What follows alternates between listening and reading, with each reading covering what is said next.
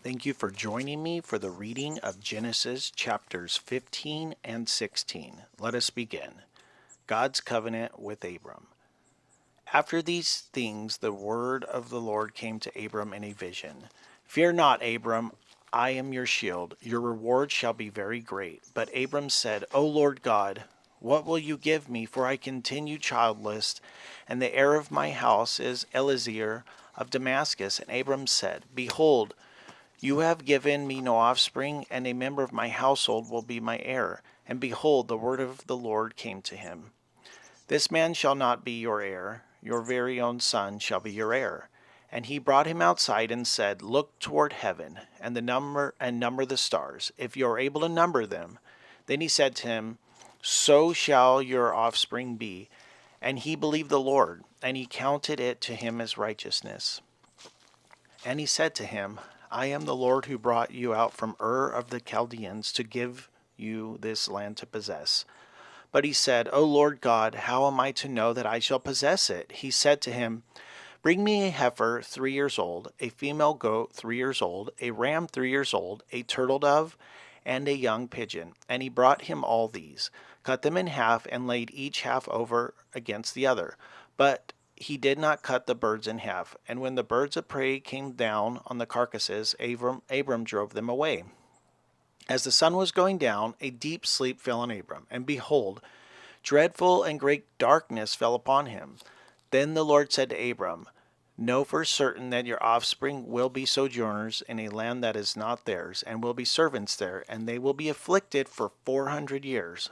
But I will bring judgment on the nation that they serve, and afterward they shall come out with great possessions. As for you, you shall go to your fathers in peace. You shall be buried in a good old age, and they shall come back here in the fourth generation, for the iniquity of the Amorites is not yet complete. When the sun had gone down and it was dark, behold, a smoking firepot and a flaming torch passed between these pieces.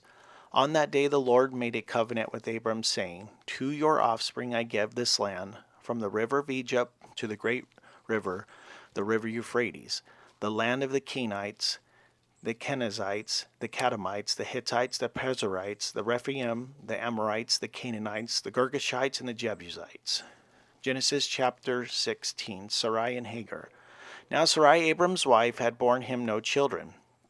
She had a female Egyptian servant whose name was Hagar. And Sarai said to Abram, Behold now, the Lord has prevented me from bearing children. Go in to my servant. It may be that I shall obtain children by her. And Abram listened to the voice of Sarai. So after Abram had lived 10 years in the land of Canaan, Sarai, Abram's wife, took Hagar the Egyptian, her servant, and gave her to Abram, her husband, as a wife. And he went in to Hagar, and she conceived. And when she saw that he had conceived, she looked with contempt on her mistress, and said to Sarai, and Sarai said to Abram, May the wrong done to me be on you. I gave my servant to your embrace, and when she saw that she had conceived, she looked on me with contempt.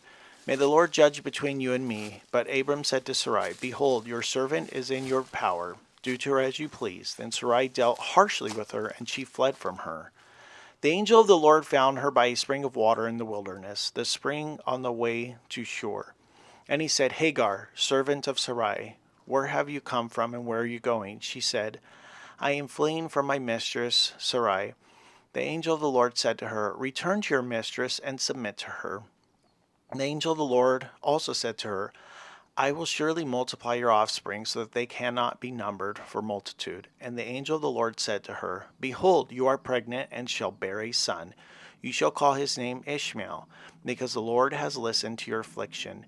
He shall be a wild donkey of a man, his hand against everyone, and everyone's hand against him, and he shall dwell over against all his kinsmen.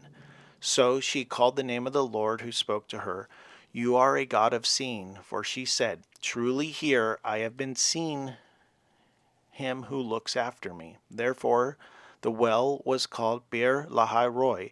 It lies between Kadesh and Bered. And Hagar bore Abram a son, and Abram called the name of his son, whom Hagar bore, Ishmael. Abram was 86 years old when Hagar bore Ishmael to Abram.